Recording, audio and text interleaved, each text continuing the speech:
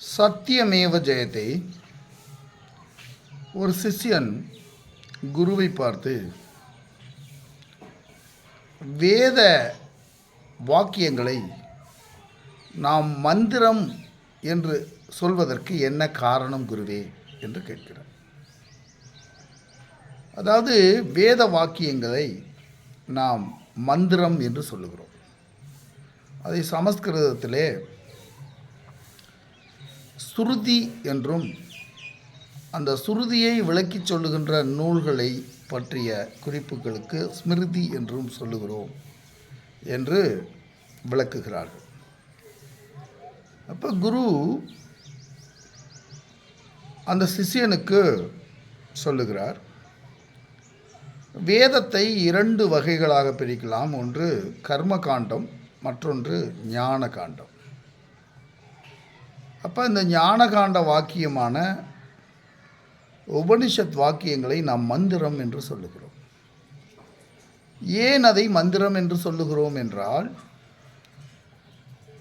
அந்த வாக்கியங்கள் நமக்குள்ளே ஞானத்தை ஏற்படுத்தி நமக்குள்ளே இருக்கின்ற அஞ்ஞானத்தை இல்லாது செய்கின்ற ஒரு மேஜிக், ஒரு வேலையை அந்த வாக்கியங்கள் செய்கின்றன. எப்படி ஒரு ஒளியானது பிறந்த உடனேயே இருள் காணாமல் போகிறதோ, அதுபோல உபனிஷத் வாக்கியங்கள் நமக்குள்ளே மந்திரமாக செயல்புரிந்து நம்முடைய அஞ்ஞானத்தை மறையச் செய்து விடுகிறது.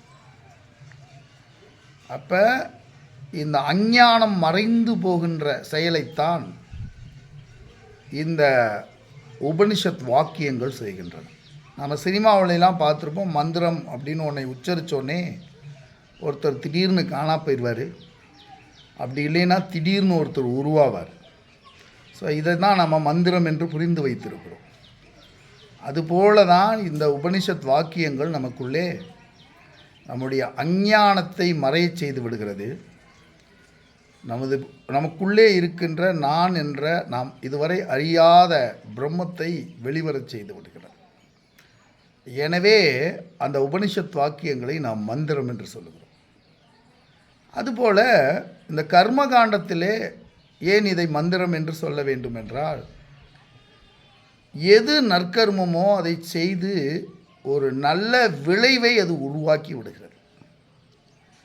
அதுபோல நமக்குள்ளே இருக்கின்ற அகங்காரம், நமக்குள்ளே இருக்கின்ற பல்வேறுபட்ட எதிர்மறையான விஷயங்களை அது மறையச் செய்து விடுகிறது.